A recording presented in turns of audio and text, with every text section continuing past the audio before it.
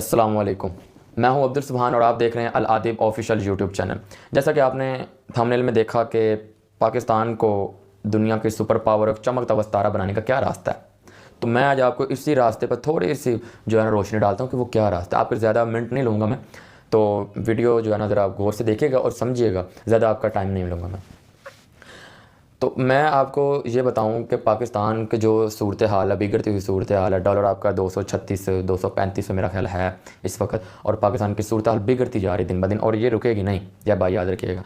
वैसे भी पाकिस्तान की जो 12 अरब डॉलर की एक्सपोर्ट्स हैं वो ज़ाया हुई हैं, ख़राब हुई हैं, और उसकी वजह ये थी जो सैलाब आया, और ये अल्लाह का अज़ाब था। जब सैलाब आता है ना, वो नहीं देखता कि आगे नेक है या बुरे हैं, वो सबको बहा के लेता है। इसलिए कहते हैं कि नेक बंदों को अल्लाह ताला कहता है कि तुम सिर्फ अपने लिए जो है मेरे लिए इबादत करते जाते हो और अपने लिए सिर्फ अमाल ना इकट्ठे करो, नेक दुनिया को समझाओ और उनको भी मेरे हक़ के, मेरे दीन के बारे में बताओ, मेरे नबी के बारे में बताओ और दीन की तरफ लेके आओ। तो पाकिस्तान के जो इस वक्त सूरत हाल है, सबसे पहले हम बात कर लेंगे पाकिस्तान का कर्ज़ा 130 अरब डॉलर है जी। 130 अरब डॉलर पाकिस्तान का कर्ज़ा है। तो ये है पाकिस्तान का कर्ज़ा। और आपको दूसरा मसाइल है बेरोज़गारी बहुत ज़्यादा है, तो इसके बारे में भी हम बात करेंगे। तीसरे जो मसाइल है पाकिस्तान को जो दरपेश है वो करप्ट और बदकार और ये लानती सियासतदान और ये लानती जो ओहदेदार हैं, बड़े बड़े ओहदों पे मौजूद हैं, ये लोग हैं। और चौथा जो पाकिस्तान को मसला दरपेश है कि पहचान नहीं हो पाती कि हक़ पर कौन है। जो मर्जी पाकिस्तान को दीन के नाम पे जो है ना बेवकूफ़ बनाता है और आगे हो जाता है, और हमें पता नहीं चलता कि हक़ बंदा कौन, और हम उसका साथ नहीं देते और हम मुनाफिक की बातों में आकर उसका साथ दे रहे होते हैं। इसके बारे में बताऊंगा। पाकिस्तान को दुनिया की चमकती हुई सुपर पावर कैसे बनाया जाए, अगले 30 साल में 35 साल में पाकिस्तान को दुनिया में किस तरह पाकिस्तान की माशियत को इंडिया से भी आगे ले जाया जाए, इस बारे में भी हम बात करेंगे। और आपकी नस्लों के फ्यूचर को महफूज किया जाए और इन सबसे बढ़ कर रसूल अल्लाह के दीन को जो महफूज किया जाए, ताकि दुनिया में कोई गुस्ताखी ना करे। तो सबसे पहले मसले पे हम बात करेंगे। वो पहला मसला कि पाकिस्तान का जो हल है वो क्या है। तो सबसे पहले जो हम बात करेंगे वो इस चीज़ पे बात करेंगे कि पाकिस्तान के जो माशियत तबाह हो रही है, इसका क्या हल है। देखें, इस माशियत पे ये अल्लाह की लानत है, और जिस चीज़ पर अल्लाह की लानत होती है ना, वो चीज़ कभी चमकती नहीं है, वो चीज़ कभी कामयाब नहीं होती, उसमें खैर हो भी ना, वो शर में बदल जाती है। और ऐसा ही इस मुल्क पाकिस्तान के साथ हुआ है। तो अब लानत कैसी है हमारी माशियत पे, हमारे एक्सपोर्ट पे, कैसी लानत है हमारी इंपोर्ट एक्सपोर्ट पे, तो मैं आपको बताता हूँ। वो लानत है सबसे बड़ी सूद की लानत। आपको पता है कि सूद के ख़िलाफ़ अल्लाह ताला कुरान हकीम में इरशाद फरमा रहा है, मैं और मेरा रसूल सूद लेने और देने वालों के ख़िलाफ़ ऐलान जंग करते हैं।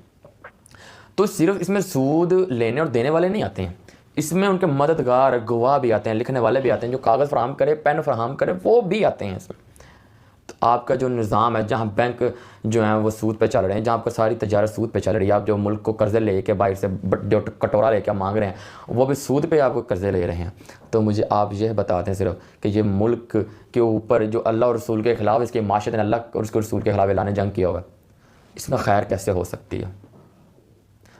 और दूसरी एक जगह हदीस है कि सूद इतना बड़ा गुनाह कि 70 दफ़ा सगी माँ से अगर जना किया जाए ना, उससे भी बड़ा यह गुनाह है सूद। तो आप बताएं इसमें खैर कैसे हो सकती है। तो लिहाजा सबसे पहला पॉइंट है कि सूद का खात्मा किया जाए। सूद का खात्मा करके ही पाकिस्तान की जो माशियत है इसमें बरकतें आ सकती हैं, अल्लाह की रहमत आ सकती है। और दूसरी बात अगर हम करें कि ये जो सियासतदान, इनसे कैसे जान छुड़वाएं हम, तो देखो मेरे इस कौम के जो गैरतमंद, बेगैरतों से मैं मुखातिब, हरगिज़ मैं और मेरा जो चैनल है ये बगैरतों से मुखातिब नहीं होते। सिर्फ गैरत वाले जिनको हक़ की तलाश है, सिर्फ उनसे हम मुखातिब हैं। अगर आप हक़ की तलाश में हैं तो आप ज़रूर इस जो है वीडियो को और इस चैनल को जो है ना ज़रूर देखिएगा, उसमें हम आपको इसी चीज़ के बारे में बताते हैं। आप हक़ को पहचानें। इन सियासतदानों, ये जो करप्ट अनासिर हैं, ये करप्ट जो हमारे इदारों में, हमारे इज़्ज़तदार इदारों में जो करप्ट लोग बैठे हैं, इनको दफ़ा करना है हमने भाई। तो ये कैसे किया जा सकता है? तो इसका हल पता है क्या है? सबसे पहले जो अब मौजूद है ना, इनको दफ़ा करना है। वो 2 हिस्सों में ये दफ़ा होंगे, यानी उसके लिए 2 प्लान है, 2 हिस्सों में दफ़ा होंगे। पहला तो ये कि आप रिसर्च करें यार, आप कुरान और हदीस को समझें कि किसकी हमायत करनी चाहिए, किसकी हमायत नहीं करनी चाहिए, किसकी हमायत करके हम दायरे इस्लाम से खारिज हो जाते हैं, और इस अल्लाह और उसके रसूल की जो दुश्मनी हमारे मोल आ जाती है। यानी हम मोल ले लेते हैं, हमें पता भी नहीं होता कि अल्लाह और उसके रसूल हमसे नाराज़ हैं। तो इस चीज़ को पहले देखें, लोगों को पता ही नहीं है। आपको पता है हज़रत इमाम हुसैन और यजीद की खबीस की लड़ाई क्या थी? यही तो थी कि मैं हज़रत इमाम हुसैन कहते थे मैं ज़ालिम की हमायत नहीं करूँगा, वो शराबी है, वो ज़ानी है, वो बदकार है, वो मुनाफिक है, मैं उसकी हमायत नहीं कर सकता। तो देखें आपके जो आज के हुक्मरान हैं, इनका आए दिन स्कैंडल्स निकल रहे होते हैं, आए दिन कोई ना कोई बात निकल रही होती है। ये सिर्फ पाकिस्तान में नहीं, इंडिया में भी ऐसे ही है। तो क्योंकि हम भी जो हैं अलग हुए हैं, उसी टुकड़े से अलग हुए हैं, तो वो लोग भी हम उनके साथ 1000 साल रहे हैं। तो वो एक ही हमारी तकरीबन मिलती जुलती चीज़ें हैं हमारे सियासतदानों के और हमें भी। तो मैं आपको उस चीज़ के बारे में बता रहा हूँ कि सबसे पहले तो आप सर्च करें कि किसका साथ देना चाहिए और किसका नहीं देना चाहिए। पहले देखें जिसका साथ देना चाहिए वो खूबियाँ इन लोगों में जिनका हम साथ देना चाह रहे हैं उनमें वो मौजूद हैं, अगर नहीं है तो उनका साथ ना दें, ठीक है। फिर आप देखेंगे अगर ये जंग तो नहीं कहीं अल्लाह और उसके रसूल से कर रहे, उसके शरीयत से नहीं टकरा रहे, ट्रांसजेंडर के कानून ला के और सूद के खिलाफ चुप रह के ये कहीं, और मलूनों की और फ्रांस के सफ़ीर को ना निकाल कर और फ्रांस को जिस तरह तगड़े होकर जवाब देना चाहिए था उस तरह जवाब ना देकर ये अल्लाह उसके रसूल से जंग तो नहीं कर रहे, उनकी नाराज़गी तो मोल नहीं ले रहे। तो अगर ऐसा कर रहे हैं तो आप उनकी हमायत ना करें, ठीक है, आप उनकी हमायत ना करें। किन की हमायत करें, अभी ये भी सवाल है। आप देखें कि कौन है जो आपका दिल जिसके बारे में गवाही देता हो कि ये बंदे हैं ये चला सकते हैं, ये बंदे हैं ये सच्चे हैं, ये हक पर हैं।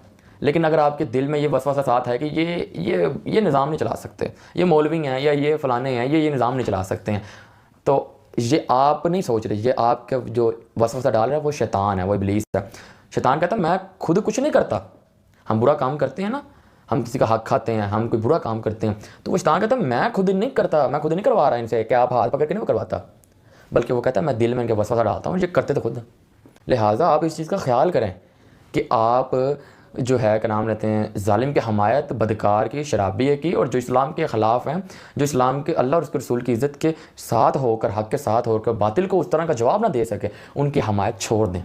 वरना आप याद रखिएगा अल्लाह और उसके रसूल के देनदार होंगे। ये भाई याद रखिएगा, किसके, अल्लाह और उसके रसूल के देनदार होंगे आप। फिर देखें कि ये जो वसवसे आपके दिल में आ रहे हैं ना, इन ला हौला वला कुव्वता इल्ला बिल्लाहिल अलीयुल अज़ीम, कि दुनिया में कायनात में कोई ताकत नहीं सिवाय अल्लाह पाक के, यानी कोई अजीम ताकत है ही नहीं सिवाय हमारे रब के। तो आप आउज़ बिल्लाह पढ़ें, कुरान हदीस में चीज़ें बताई गई हैं, आप वो चीज़ें का इस्तेमाल करें, पढ़ें, इससे जो है इसको दफ़ा करें और अल्लाह इस शैतान से जो है अपनी जान छुड़वाएं और अल्लाह की पनाह लें। आप अल्लाह की पनाह में आप आएँ। फिर आप जो है क्या नाम है देखें, आपको समझ आएगा वो चला सकते हैं नहीं चला सकते। चलाना जो निज़ाम है ना वो मौलवियों ने नहीं है, ये भाई याद रखिएगा, या जो हक़ वाले लोग हैं ना इन्होंने नहीं चलाना निज़ाम। जो निज़ाम आपका चलाना है ना वो इस्लाम ने, वो अल्लाह और उसके नबी ने चलाना है, उनके ग़ुलामों ने चलाना है। इस्लाम के पास एक निज़ाम है चलाने का, वो तरीक़ाकार है चलाने का। ये जो आप पे महंगाई टैक्स डाल रहे हैं ना, और ये बिजली के बिलों में अक्टूबर से फिर इजाफा कर रहे हैं, तो याद रखिएगा इस्लाम में कोई टैक्स है ही नहीं है यार। जो निज़ाम है सारा चलता किस पे है, ज़कात पे, सदक़ात, फितराने, खैरात, उसके अलावा उशर जो होता है सालाना, इन चीज़ों पे जो है ना इस्लाम इन चीज़ों पे चलता है आपका मुल्क जो है। और आप कहेंगे ये तो इतना इकट्ठा ही नहीं होगा, और यार जब 23 करोड़ आबादी ये सारा अपने पूरे दिल और ईमान से, जब ये सारे अपने जो हाकिम का बनता होगा इस्लाम का जो इन पर नाफिज किया हुआ ये सारा देंगे ना, ये बहुत माल है। अल्लाह ये थोड़ा भी होगा इसमें इतनी बरकत डाल देगा, आपका 1000 रुपया दुनिया के 10,000 से मुकाबला करेगा। लेकिन अगर आप इसी रास्ते पर चलते रहे, इसी सूदी माशियत और सूदी लोगों की हमायत करते रहे, तो आपका 1 लाख भी दुनिया के 10,000 का मुकाबला नहीं कर सकेगा। याद रखिएगा मेरी बात, क्या आपका 1,000 भी 10,000 की मुकाबला करेगा और फतह याब रहेगा। वजह कि अल्लाह उसमें बरकत डालेगा, अपनी रहमतें कर देगा कि ये मेरे बंदे मेरे दीन के लिए काम कर रहे हैं। तो ज़ाहिरी बात है रोटी सस्ती, आटा सस्ता, हर चीज़ सस्ती, मकान सस्ते, ज़मीन सस्ती, जहेज जो वैसे तो एक लानत है लेकिन ये चल रहा है, ये जो चीज़ें हैं घर की ये सस्ती हो जाएंगी। तो आप ये मुझे बताएं कि इस्लाम क्या प्यारा मज़हब नहीं है। आप ये जो आज की सियासी जमातें PMLN PTI इनको कह के देखें, ये कहेंगे चल ही नहीं सकता। क्या हज़रत अबू बकर सदीक़ ने नहीं चलाया? क्या उमर बिन ख़त्ताब ने 36 लाख मरबा किलोमीटर पर हुकूमत नहीं की? क्या हमारे उस्मान गनी हुकूमत नहीं की? क्या हज़रत अली हैदर करार ने हुकूमत नहीं की करके दिखाई? क्या उमर बिन अब्दुल अजीज़ ने हुकूमत नहीं की? वो टैक्स लेते थे, वो बिजली के बिलों पर टैक्स डालते थे, कि तेल पे वो जो लालटेन चल रही होती थी उस पर टैक्स डालते थे। ऐसा नहीं होता था, ऐसा नहीं होता था जनाब, ऐसा नहीं होता था। बल्कि उनके दौर में तो सारे सूबों से ज़कात ला के वापस आ गई, जिनको लगनी थी वो चले गई और ज़कात वापस आ गई। लेने वाला कोई नहीं था, ज़कात देने वाले थे सब। ये इस्लाम है, ये निज़ाम है, ये बरकतें हैं। जो दीन इस्लाम आपको देगा। दीन के साथ सिर्फ चलने की देर है, मुश्किल अल्लाह तक ज़ाहिर बात है। जो 75 साल में आपके मुल्क के साथ धोखा हुआ, आपको बेवकूफ़ बनाया गया है, उसे जान छुड़वाएंगे तो आजमाइशें आएंगी, मुश्किलात आएंगी, लेकिन अल्लाह की रस्सी आपने नहीं छोड़नी, अल्लाह आपके लिए काफ़ी हो जाएगा। वीडियो जो है ये लंबी हो गई है। 2 चीज़ें मैंने आपको बताई, एक सूदी माशरे से जो है आप जान छुड़वाएँ और इस्लाम के निज़ाम की तरफ आएँ। दूसरे मैंने आपको बताया कि इन हुक्मरानों से जो है रिसर्च करके आप इनसे जान छुड़वाएँ कि किनका साथ देना चाहिए, किनका नहीं देना चाहिए, किनका साथ देने से अल्लाह और उसके रसूल की रज़ामंदी ज़ाहिर जो हमारे साथ होगी शामिल। तो आप वो देखें, वो निशानियाँ जिन जिन लोगों में आप उनका साथ दें, चाहे वो अल्लाह ताला उन्हें शिकस्त दे या उनको कामयाबी दे, आप उनका साथ दें जो हक़ पर है, ठीक है ना। हक़ फ़तह देना या शिकस्त देना ये अल्लाह का काम है, ये आपका काम नहीं, आपका काम कोशिश करना है। और दूसरा जो तरीका है ना इनसे जान छुड़वाने का, वो इस तलीमी निज़ाम से जान छुड़वाने का तरीका है। इस तलीमी निज़ाम में कुछ भी रखा हुआ, आप थोड़ा सा ये MA लेवल से बाहर निकलें, आगे स्पेशलिस्ट फलाना टिंगरा CSS, ये आप चीज़ें पढ़ते हैं ना, यहाँ ये जो चीज़ें लिखी हैं कि मैं आपको यहाँ बताऊँ ना आप हैरान हो जाए, आपको पता ही नहीं है। ये जो DSP, ये जो SSP, ये जो जितने भी CSS करके जो ब्यूरोक्रेट्स लगते हैं ना सारे, और ये जो हमारे इदारों में फ़ौज के इदारों में जाते हैं, या जितने भी वज़ीर लगते हैं हमारे, जिनको पढ़ाया ये जा रहा है कि पाकिस्तान बनना एक गलती है, आप मुझे बताएं वो पाकिस्तान की खैर ख्वाही के लिए कैसे काम कर सकते हैं। तो उसके लिए सबसे पहले इस निज़ाम को इस्लाम के मुताबिक किया जाए और उर्दू में अपनी हमारी कौमी ज़बान में किया जाए। तरीक़ा है जिस मुल्क ने तरक्की की है, चाइना ने की है, अमेरिका ने की, यूरोप ने की, तो अपनी ज़बान का उन्होंने इस्तेमाल किया। आप अपनी किताबों को उर्दू में करें, गैरों की ज़बानों को ना अपनाएं, फिर लोगों को समझ आएगी कि वो पढ़ क्या रहे हैं। आधे से ज़्यादा कौम को आपको समझ ही नहीं आती कि आप पढ़ क्या रहे हैं, वो पढ़ क्या रहे हैं, सारी ज़िंदगी गुजरती नहीं, बस पीस ऑफ पेपर एक ले लेते हैं, पता कुछ नहीं था वो क्या पढ़ रहे हैं। तो इस चीज़ का आप ज़रूर ख्याल करें। ये जो 2 चीज़ें मैंने आपको बताई हैं ना, इस पर अमल करके आप इस जो है ना इस पाकिस्तान को आने वाले 30-35 सालों में जो है ना आप बहुत ऊपर ले जाएंगे। इस वीडियो का मैं अगला पार्ट भी बनाऊंगा, उसमें मैं आपको इस बारे में बताऊंगा कि जो पाकिस्तान में जो IMF से कैसे हम जान छुड़वा सकते हैं और 30-35 साल में पाकिस्तान को दुनिया में सुपर पावर कैसे बना सकते हैं। इस बारे में एक वीडियो मैं इंशाल्लाह ताला जल्द व्लॉग में अपलोड करूँगा चैनल पर। अब तक के लिए इतना ही। अपना और अपने चाहने वालों का बहुत ज़्यादा ख्याल रखें, अपने चैनल का भी। अल्लाह हाफिज़।